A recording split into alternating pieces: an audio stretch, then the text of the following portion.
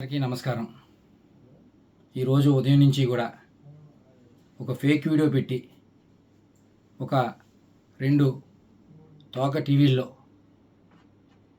రకరకాలుగా లేనిది ఉన్నట్టుగా, ఏముందో ఏం లేదో తెలియని పరిస్థితిలో లేనిది ఉన్నట్టుగా చూపించి శిలలో పలలో అల్లి చూపిస్తున్న కొన్ని టీవీ ఛానల్ చూశాను. ఆ టీవీ ఛానల్ పరిస్థితి చూసి దాని గురించి మీ అందరికీ చెప్దాని ఉద్దేశంతో ఈరోజు మీ ముందుకు ఇలా వచ్చా. గత 6 నెలలుగా నాకు కొన్ని ఫేక్ కాల్స్ వస్తూ ఉన్నాయి అన్నోన్ నెంబర్ నుంచి.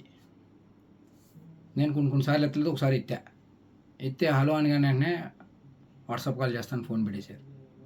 వాట్సాప్ కాల్ చేయడంతోనే నేను ఎత్తిన వెంటనే మీ వీడియో నా దగ్గర ఉంది, మీరు మర్యాదగా మాకు డబ్బులు ఇవ్వండి, ఇవ్వకపోతే ఆ వీడియో బయట పెడతాం అని చెప్తే, ఏం చేసుకుంటే చేసుకో, ఏ వీడియో నా దగ్గర ఏమి ఉండదు, మీ దగ్గర నాది అటువంటి వీడియోలు ఏమి ఉండవు, మీరు ఏం చేసుకుంటే చేసుకోండి నేను చెప్పాను.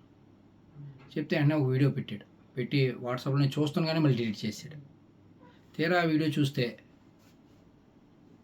ఒక ఫంక్షన్లో ఒక ఫ్రెండ్ తాలూకా వాళ్ళ అబ్బాయి పుట్టినరోజు అయితే విషయం చెప్పమని వీడియో కాల్ చేస్తే ఆ వీడియో కాల్లో విషయం చెప్పాను. దాన్ని కొంచెం వీడియో కట్ చేసి దానికి ప్రైవేట్ పార్ట్లు యాడ్ చేసి ఫేక్ వీడియో తయారు చేసి నన్ను బ్లాక్మెయిల్ చేసి తద్వారా వాళ్ళు డబ్బులు గుంజుదామని ప్రయత్నం చేశారు. చాలాసార్లు ప్రయత్నం చేశారు, ఎన్నో రకాలుగా థ్రెట్ చేశారు. నేను ఎక్కడ కూడా, ఎందుకంటే నేను తప్పు చేయలేదు, నా అటువంటి వీడియో లేవు కాబట్టి నేను ధైర్యంగా మీరు ఏం చేసుకుంటారంటే చేసుకున్నాను. అలా చాలాసార్లు చేసి ఇంకా ఎటు నేను లొంగపోవడంతో ఒకసారి ఫోన్ చేసి, సరే ఏదో తప్పు జరిగిందండి, ఇంకెప్పుడు ఇటువంటి చేయం, మీరు మాకు కొంచెం హెల్ప్ చేయండి, ఇక్కడితో ఇది వదిలేస్తాం, ఏదో తప్పు రేటో చేసాం, మాకు మా వాళ్ళకి బాగాలేదు, హాస్పిటల్లో ఉన్నారని సాయం చేయమంటే డబ్బులు సాయం చేశాను. ఒకసారి పెళ్ళి అంటే సాయం చేశాను, ఒకసారి ఎవరో చనిపోయారంటే సాయం చేశాను, మానవత దృక్పథంతో చేశాను. అలాగే అది ఆసరాగా తీసుకుని వాళ్ళు మళ్ళీ నన్ను పెద్దగా డబ్బులు అడగడం మొదలెట్టారు, మళ్ళీ బ్లాక్మెయిల్ చేయడం మొదలెట్టారు. డబ్బులు ఇస్తారా, నేను వీడియో బయటమా, లేదా మీ ప్రత్యర్థులకి ఇస్తే మాకు చాలా డబ్బులు వస్తాయి అని నన్ను బ్లాక్మెయిల్ చేయడం మొదలెట్టారు.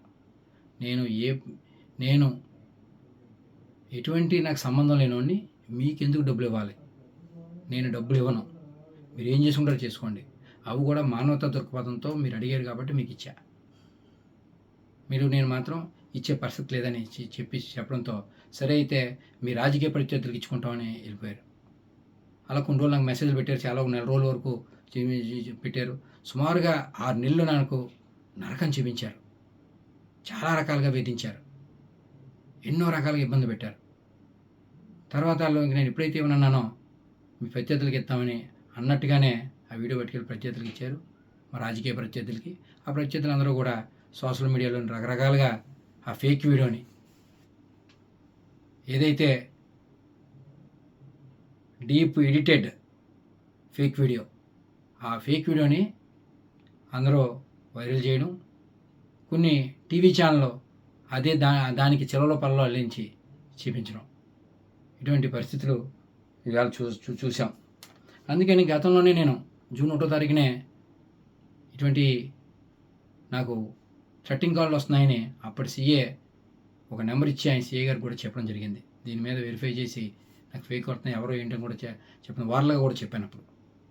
తర్వాత తదనంతరం ఈ మధ్యకాలంలో బాగా నన్ను వేధించడం మొదలెడితే అప్పుడు వెంటనే నేను మన ఎస్పీ గారికి, ఏఎస్పీ గారు చెప్పడం జరిగింది. రిటర్న్గా పోలీస్ స్టేషన్లో కూడా కంప్లైంట్ ఇచ్చాను. దానికి సంబంధించిన అన్ని డాక్యుమెంట్లు ఇమ్మన్నారు. ఈ 6 నెలల్లో మాకు వాళ్ళకి జరిగిన ట్రాన్సాక్షన్ ప్రతిదీ కూడా అన్నీ కూడా పోలీసు వాళ్ళకి సమర్పించాను. దాని మీద ఎంక్వైరీ చేసి తగు న్యాయం చేయమని కోరడం జరిగింది. నిజం ఇవ్వాలి కాబట్టి రేపన్నా తెలిసింది. ఖచ్చితంగా భగవంతుడే ఉన్నాడు. మీ అందరినీ కూడా మీడియా పరంగా మీ అందరినీ ఒకటే కోరుతా ఉన్నా, ఎందుకంటే ఇలాగా ఇటువంటి ఏదైతే ఈ టెక్నాలజీని వాడి చాలామందిని ఇబ్బంది పడే పరిస్థితులు గతంలో చాలా చూసాం మనం. ఇవాళ నేను బాధితుడిని. నాలాగా ఇంకొక బాధితుడు ఎవరో కూడా బారిన పడకుండా ఒక ఫేస్ యాప్, ఒక ఇలాగ రకరకాల యాప్లతో అందరినీ వేధించున్న పరిస్థితి. నాలాగా ఇంకొక బాధితుడు బాధపడకుండా ఇలాగా ఫేక్ వీడియోలు పెట్టి డబ్బుల గురించి ప్రయత్నం చేసే వాళ్ళకి సహాయ సహకారాలు అందకుండా అడ్డుకట్ట వేయాలని మీరందరూ ఆ దిశగా మీరందరూ సహాయ సహకారాలు అందియాలని వీళ్ళందరినీ కూడా చేతులు జోడించి వీళ్ళందరినీ అభ్యర్థిస్తూ ఉన్నా.